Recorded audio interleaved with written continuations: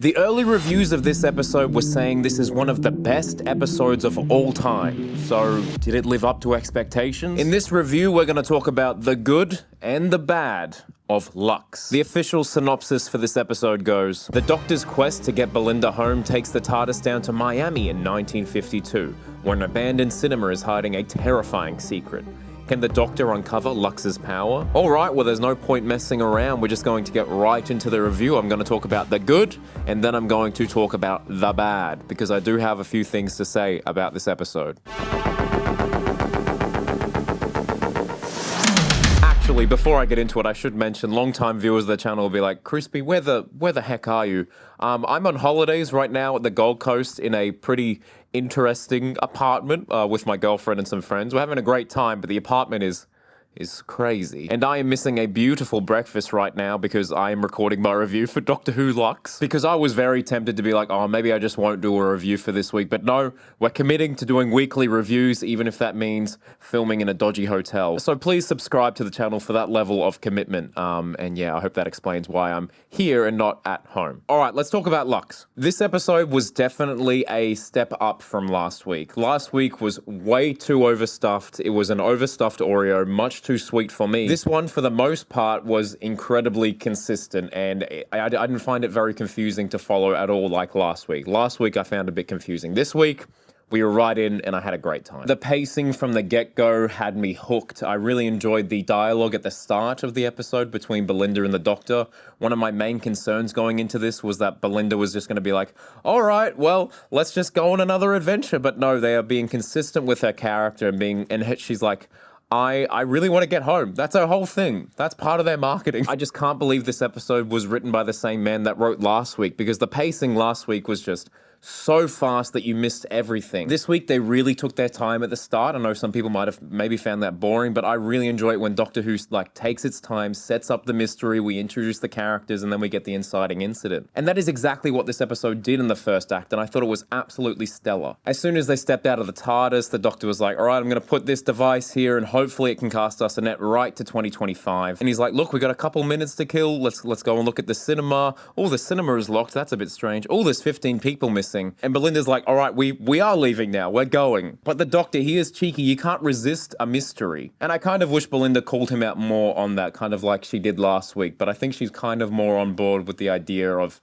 time travel and everything else, so it is exciting for her as well. But they go and have a harmless cup of coffee, realize there's something has gone wrong. My favorite line of dialogue is when the mum is like, oh, I just saw a police box rock up, and then the Doctor's like, does that give you hope? And she's like, yeah, I think it does. That's brilliant. That's really, really nice, because the TARDIS is a symbol of hope, and the Doctor likes to think that he is a symbol of hope as well. So it was kind of nice that it was the Doctor saying that the TARDIS and, he is a symbol of hope, because usually it's other people saying like, yeah, the Doctor, he saves planet, he is hope, but it's kind of nice seeing the Doctor being like, yeah, I do that. That's my job. Oh, and I should have mentioned that Lux probably has one of the best cold opens in Doctor Who. At least for RTD2, it's the best cold open. That was stellar. That was really, really nice. Creepy, absolutely terrifying. Mr. Ring-a-Ding, let's just talk about Mr. Ring-a-Ding. Absolutely insane animation. I can see where the Disney budget went, and it was for this episode. So expressive, so much fun. I enjoyed the 2D and the really, really cursed 3D. Genuinely a very, very terrifying Doctor Who villain. Which is funny because I have my concerns going into the season being like, oh boy, this Mr. Ring-a-Ding might be just a little bit cringe, a little bit on the nose. Absolutely not. Fantastic. Alan Cummings' voice performance for this role, second to none. Welcome back to Doctor Who, sir. You are welcome to stay. And I think Mr. Ring-a-Ding or Lux is probably my favorite god of the Pantheon thus far. I would say it goes Mr. Ring-a-Ding, the Toy Maker, followed closely by Maestro, and then a large gap, and then Sutekh. Let me know in the comments below what your god ranking is. Thanks. But yeah, just an absolute presence on screen, Mr. Ring-a-Ding, and my favorite part of the episode, I say. And Ncuti and Verita give fantastic performances as well. It was really good until it wasn't as good. Let's talk about the bad. All right, we have to talk about that scene We all know what scene I'm referring to.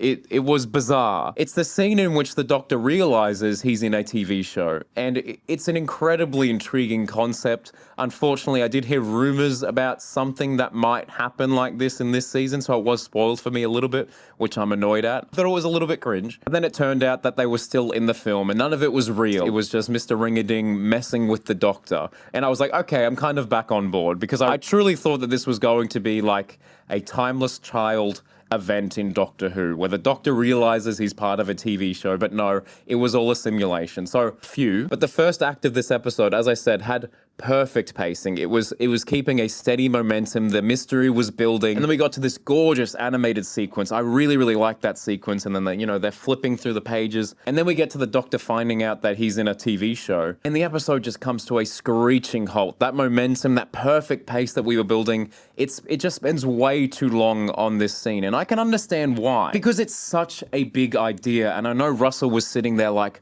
I can't help but put in like a million ideas into this scene. Because we had them become self-aware, because they're Doctor Who fans, like sure, they look up to the Doctor and have watched the Doctor. And I'm a Doctor Who fan, and I like to think I'm better because I've seen Doctor Who. I think I'm a better person because I love this show. And then there's the whole, they realize they're a simulation, but they're gonna die. Like, these are all huge, big ideas, and you could probably do a whole episode just on this scene.